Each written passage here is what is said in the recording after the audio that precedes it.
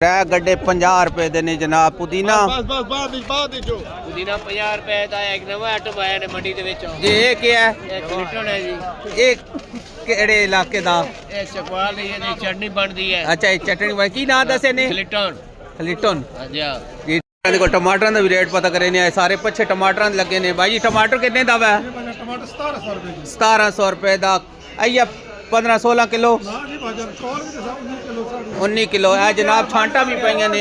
छांट कितने दी छोटा टमाटर ने? छोटा भाई 700 रुपए दा ये जनाब। छोटा ही छांट ने टमाटर ये 700 रुपए दा पछा ने जी। ये जड़े चंगा टमाटर है ये 1700 रुपए दा ने। भाई जी खीरा कितने दा है? 200 रुपए दा 200 रुपए दा 5 किलो खीरा ने। बंद गोभी दा रेट पता करे ने। बंद गोभी कितने दी? 200 रुपए दी 5 किलो जी। पालो कितने दी पल्ली है? 4 बेचिए 350 350। प्याज हो प्याज 20 रुपए 20 रुपए तक। अगर जनाब मूलिया का गड्ढा 70 रुपए। पुदी चिकंदर कितने दा? चिकंदर 100 रुपए दा ने। ठिप्पर गड्ढा कितने दा? पेपर गड्ढा 50 रुपए। धनिया पल्ली कितने दी? धनिया पल्ली 350 350 रुपए दी। चकवाल सब्जी मंडी रेट पे तो कहते हो 22 रवा धनिया लाया जी। बाबा जी धनिया कितने दा ने गड्ढा? 20 रुपए दा। 22 मुरीदा तो आए ने। तैयार इमरान है चकवाल सब्जी मंडी तो इजाजत दो जी। अल्लाह।